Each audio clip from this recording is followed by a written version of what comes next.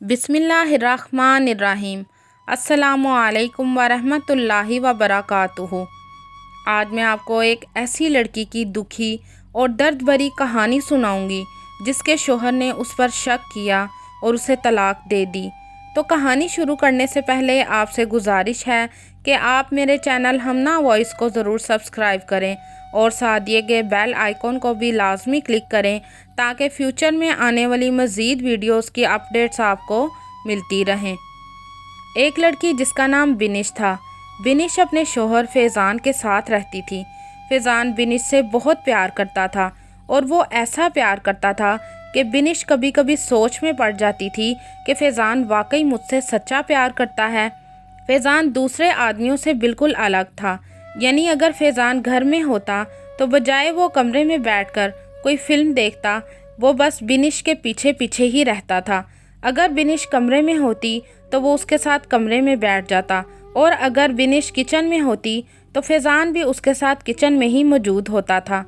इसी वजह से बिनिश ये सोचती थी कि शायद मेरा शोहर मुझसे मोहब्बत नहीं बल्कि मुझ पर शक करता है, इसीलिए वो मेरे हर एक काम पर नज़र रखता है। पहले तो जब बिनिश की शादी फैज़ान से हुई तो फैज़ान ने शुरू में बिनिश को मोबाइल ही नहीं लेकर दिया था।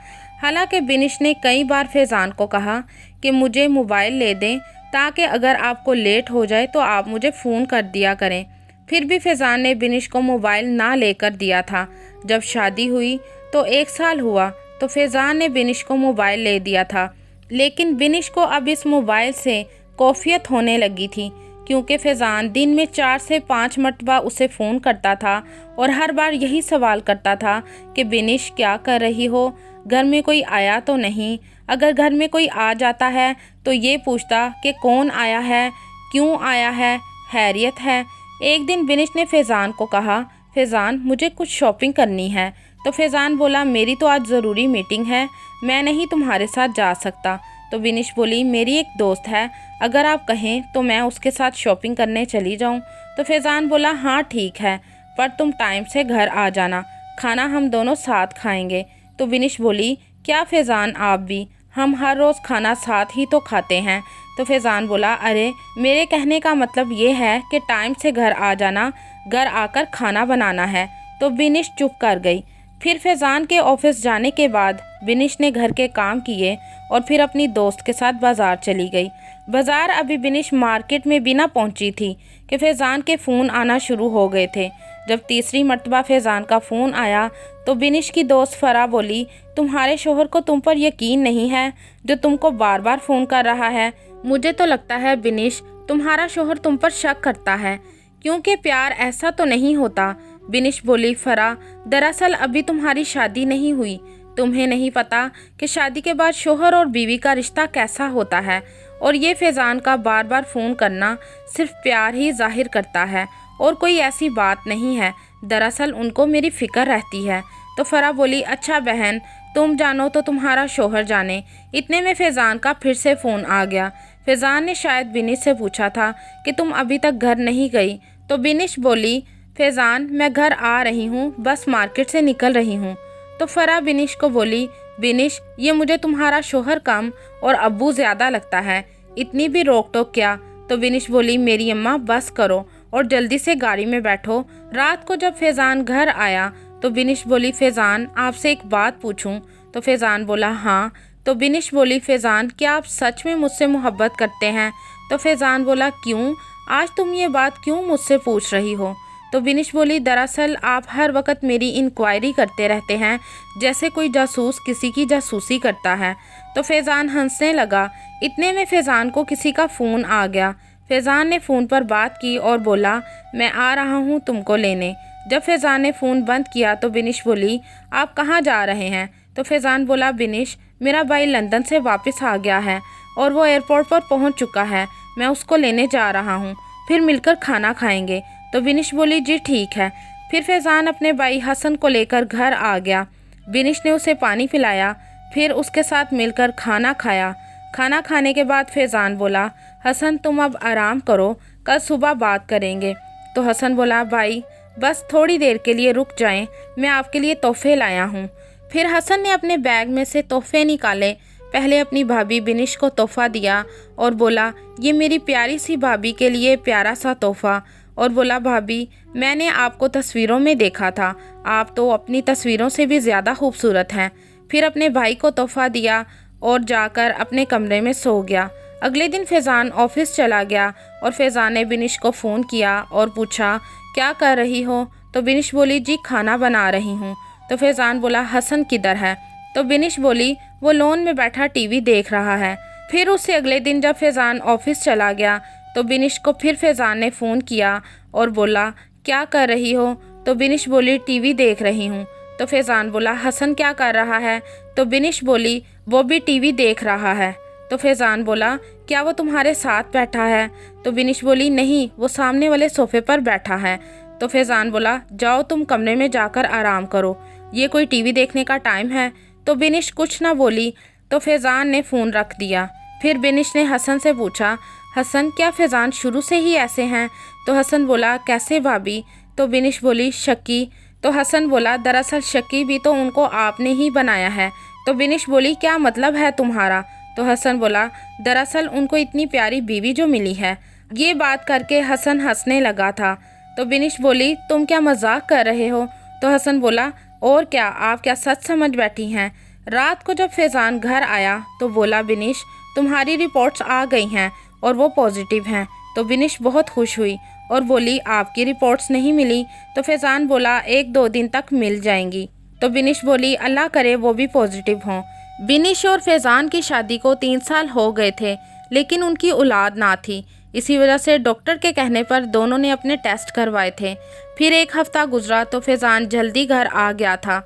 जब घर आया तो बिनिश और हसन दोनों सोफे पर बैठे थे। हसन के हाथों में एक मिठाई का डब्बा था, जिसमें से हसन ने एक मिठाई का पीस लिया और वो मिठाई का पीस अपनी भाभी बिनिश के मुंह में डाल रहा था। हसन ने जब अपने भाई फैज़ान को देखा तो खड़ा हो गया और कहने लगा, भाईजान मुबारक हो आपको, आपके आंगन में एक छोटा सा फूल खिलने वाला है। तो साथ ही बिनिश बोली, हाँ फैज़ान, आप पापा बनने वाले हैं। तो फैज़ान बोला, नहीं, ये नहीं हो सकता। तो बिनिश बोली, ये आप क्या कह रहे हैं? तो फैज़ान बोला, क्योंकि मैं आज ही अपनी रिपोर्ट्स लेकर आया हूँ जो कि नेगेटिव हैं और ये बच्चा मेरा नहीं है। तो बिनिश बोली, फैज़ान ये रिपोर्ट्स गलत भी तो हो सकती हैं, शायद आपको कोई मिसअंडरस्टैंडिंग हो गई है। तो फैज़ान बोला, ऐसा कुछ नहीं है, बल्कि तुम दोनों के बारे में मैं जान चुका हूँ। तुम दोनों जो मेरे ऑफिस जाने के बाद अय्याशियाँ कर रहे हो, ये उसी का नतीजा है और तुम मुझ पर इल्ज़ाम लगा रही हो। तो बिनिश बोली, फैज़ान ये आप क्या कह रहे हैं? हसन मेरा भाई है। हसन अपने भाई फैज़ान को कुछ कहने ही वाला था कि फैज़ान ने उसे बहुत मारा और घर से निकाल दिया और बोला, अगर तू मेरा भाई ना होता तो इस घर में से तेरा जनाजा ही निकलता। हसन के जाने के बाद फैज़ान ने बिनिश को कहा कि निकल जाओ मेरे घर से, 9 माह बाद मैं तुमको तलाक दे दूंगा। तो बिनिश बोली, फैज़ान ऐसा मत करें, ये आपका बच्चा है। तो फैज़ान बोला, तुम झूठ बोल रही हो। फैज़ान ने बिनिश के भाई को फ़ोन किया तो बिनिश का भाई घर आ गया। जब उसने फैज़ान की बात सुनी तो बिनिश का भाई बोला, फैज़ान तुम ये बहुत गलत कर रहे हो मेरी बहन के साथ। ये लड़ाई झगड़ा देखकर बिनिश की अचानक तबीयत ख़राब हो गई थी तो फैज़ान ने उसकी तरफ देखा भी नहीं था। फिर बिनिश का भाई उसे अस्पताल ले गया था। डॉक्टर्स ने बताया कि हम बिनिश का बच्चा नहीं बचा सके। बिनिश को बहुत दुख हुआ, बिनिश बहुत रोई। 1 माह बाद बिनिश को फैज़ान की तरफ से तलाक का नोटिस आ गया था। फैज़ान बहुत परेशान रहने लगा था, जैसे अंदर ही अंदर से उसे कोई गम खाए जा रहा था और वो दिल ही दिल में सोचने लगा था कि शायद मैं हुश शक्ल नहीं हूँ जिसकी वजह से मेरी बीवी ने मेरे साथ ऐसा किया है। उन्हीं दिनों में फैज़ान को डॉक्टर के काफ़ी फ़ोन आए थे जिनको फैज़ान ने इग्नोर कर दिया था। फैज़ान जब डॉक्टर के पास गया तो फैज़ान को पता लगा कि 1 माह पहले जो उसे डॉक्टर से रिपोर्ट्स मिली थी वो उसकी नहीं बल्कि किसी और फैज़ान नामी लड़के की थी और उसकी रिपोर्ट्स बिल्कुल ठीक थी। उसे ये खबर सुनकर बहुत दुख हुआ और वो फ़ौरन बिनिश के भाई के घर चला गया था। बिनिश के भाई ने कहा, तुम अब क्या लेने आए हो? तो फैज़ान बोला, मैं बिनिश से माफ़ी मांगने आया हूँ। तो बिनिश का भाई बोला, कौन सी माफ़ी मांगने आए हो? बोलो, और वैसे भी तुम तो मेरी बहन को तलाक दे चुके हो। इतने में बिनिश आ गई। फैज़ान बिनिश के आगे हाथ जोड़कर माफ़ी मांगने लगा था। बिनिश बोली, अब तुम्हारे माफ़ी मांगने से क्या मेरा बच्चा वापस आ जाएगा? बोलो, क्यों आए हो अब? फैज़ान बोला, बिनिश मुझे माफ़ कर दो, मुझसे बहुत बड़ी गलती हो गई है। बिनिश मुझे माफ़ कर दो ना। तो बिनिश बोली, अगर माफ़ी ही मांगनी है तो पहले अपने भाई हसन से जाकर माफ़ी मांगो। फिर फैज़ान अपने भाई हसन के पास गया, उससे माफ़ी मांगी और फिर अपने भाई हसन को साथ लेकर बिनिश के घर गया और फिर बिनिश को मनाया। फिर बिनिश अपने शोहर फैज़ान के साथ घर आ गई थी। सब लोग अब घर में मौजूद थे, लेकिन बिनिश का बच्चा मौजूद ना था और फैज़ान आज भी अपनी गलती के लिए शर्मिंदा है। अब फैज़ान अपने भाई और बीवी के साथ खुशी खुशी ज़िंदगी गुजार रहा है। बिनिश एक अच्छी लड़की थी, वो एक खुश मिजाज लड़की थी, लेकिन उसने शादी के बाद फैज़ान के रंग में खुद को रंग लिया था। लेकिन फिर भी फैज़ान ने अपनी नेक बीवी पर शक किया था और इसी शक ने फैज़ान से फैज़ान का बच्चा छीन लिया था। क्या फैज़ान के साथ जो हुआ वो ठीक था? आप भी इस कहानी के बारे में अपनी राय कमेंट में ज़रूर बताइएगा।